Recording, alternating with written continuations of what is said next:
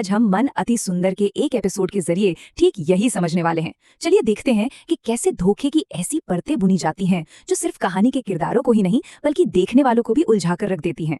ये जो एक लाइन है ना, यही इस पूरी कहानी की जान है। सोचिए, एक तरफ है अटूट भरोसा और दूसरी तरफ आंखों देखा सच। जब दिल और आंखें एक दूसरे के खिलाफ हो जाएं, तो इंसान यकीन करे तो किस पर करे। राध्या की बस यही कश्मकश है जो इस पूरे धोखे के खेल की बुनियाद। देखिए, कहानी शुरू होती है एक ऐसे धोखे से जिसके बारे में हम सबको यानी देखने वालों को तो पता है, लेकिन कहानी की हीरोइन राध्या इससे पूरी तरह अनजान है। और क्योंकि हमें सच पता है, यही बात कहानी को और भी ज्यादा मजेदार बना देती है। तो धोखे की पहली परत खुलती है एक पंडित के रूप में, जो असल में पंडित है ही नहीं। वो पवित्रता का बस ढोंग कर रहा है। उसे मंत्र नहीं रटाए जा रहे बल्कि डायलॉग सिखाए जा रहे हैं। इससे ये साफ हो जाता है कि जिस नींव पर राध्या का भरोसा टिका है वो पूरी तरह से खोखली है। यहाँ देखिए कितना बड़ा फर्क है। एक तरफ राध्या को आशीर्वाद मिल रहा है कि अगले वर्ष आप दोनों पति पत्नी हो जाएंगे, और दूसरी तरफ उस आशीर्वाद के पीछे की असलियत यह है कि उसे बस कहा गया है खाली स्वाहा स्वाहा बोलो और कुछ बोलने की जरूरत नहीं है। ये दिखाता है कि कैसे किसी पवित्र चीज का इस्तेमाल एक गहरे धोखे को छिपाने के लिए किया जा रहा है। तो धोखे का जाल तो बिछ चुका है, लेकिन अब कहानी आगे बढ़ती है राध्या की आंखों से। अब हम देखेंगे कि कैसे छोटी छोटी अजीब सी घटनाएं मिलकर उसके दिमाग में शक का एक ऐसा जाल बुन देती हैं जिससे बाहर निकलना लगभग नामुमकिन सा लगता है। जरा राध्या की जगह पर खुद को रखकर देखिए। पहले मंदिर में अपने मंगेतर का हमशक्ल पूजा करता दिखता है, फिर अचानक से वही मंगेतर बाथरूम में बंद मिलता है, और फिर उसके लिए एक अजीब सा बहाना भी बना दिया जाता है। ये सब कुछ जब एक के बाद एक होता है तो एक ऐसी उलझन पैदा होती है जहां सच क्या है और झूठ क्या पता ही नहीं चलता। और ये सब महज कोई इत्तेफाक नहीं है। कहानी का हर एक मोड़ राध्या को एक ऐसी ज़हनी कश्मकश में डालने के लिए तैयार किया गया है जहां उसे अपने दिल और दिमाग के बीच में से किसी एक को चुनना है। और जाहिर है ये चुनाव बिल्कुल आसान नहीं है। और अब आता है कहानी का सबसे मजेदार हिस्सा। जब राध्या सवाल करती है तो उसे जवाब नहीं दिया जाता बल्कि एक और भ्रम में डाल दिया जाता है।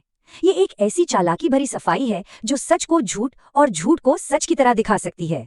प्रथम का जवाब सुनने में तो बड़ा सीधा है, पर है बहुत चालाकी भरा। वो कहता है, जिसे देखा गया वो मेरे जैसा दिखता था, पर वो मैं नहीं था। ये एक ऐसा तर्क है जो राध्या के आंखों देखे सच पर ही सवालिया निशान लगा देता है। और अपनी बात साबित करने के लिए वो दो घड़ियों का इस्तेमाल करता है जो लगभग एक जैसी दिखती हैं। ये देखने में एक मजबूत सबूत जैसा लगता है, लेकिन असल में ये सिर्फ एक और भ्रम है। एक ऐसा भ्रम जो राध्या को अपनी ही आंखों पर शक करने पर मजबूर कर दे। और फिर वो ये लाइन कहता है, अगर तुम अपनी आंखें और दिमाग खोलकर देखोगी तो पता चलेगा कि दोनों अलग हैं। इस एक लाइन से वो पूरी गलती राध्या पर ही डाल देता है। मतलब वो ये नहीं कह रहा कि राध्या गलत है, बल्कि ये जता रहा है कि वो ठीक से देख या सोच ही नहीं पा रही है। अब कहानी का फोकस इस बात पर जाता है कि कैसे इस धोखे को बचाने के लिए हर उस इंसान को चुप करा दिया जाता है जो राध्या के शक को सही साबित कर सकता है। और इस केस में वो गवाह एक छोटी बच्ची है। यहाँ साफ साफ दिखता है कि निहारिका कैसे एक एक करके सारे दरवाजे बंद कर रही है ताकि बुलबुल की आवाज प्रथम तक पहुंच ही न पाए। पहले उसे रोका जाता है, फिर डराया जाता है, और आखिर में उसकी बात को पूरी तरह से खारिज कर दिया जाता है। बुलबुल की गवाही तो ऑफिस के काम वाले बहाने की पोल खोल देती है। वो जो भी कह रही है वो सच है, लेकिन उसकी छोटी उम्र उसे एक भरोसेमंद गवाह नहीं बनने देती। एक बच्चे की मासूमियत और सच्चाई दोनों को यहाँ किनारे कर दिया जाता है। और कमाल की बात तो ये है कि जब एक बच्चा सच बोल रहा होता है तब भी एक बड़ा इंसान उस सच को अपनी कहानी में फिट करने के लिए तोड़ मरोड़ देता है। ये राध्या को और भी ज्यादा अकेला महसूस कराता है, क्योंकि अब हर आवाज उसके खिलाफ जा रही है। तो अब हम कहानी के उस मुकाम पर हैं जहां सब कुछ एक ही सवाल पर आकर टिक गया है, विश्वास पर, या यकीन करें या सबूत पर। चलिए देखते हैं कि इस पूरे धोखे का राध्या पर आखिर क्या असर पड़ता है। ये टेबल राध्या की उलझन को बिल्कुल साफ साफ दिखाती है।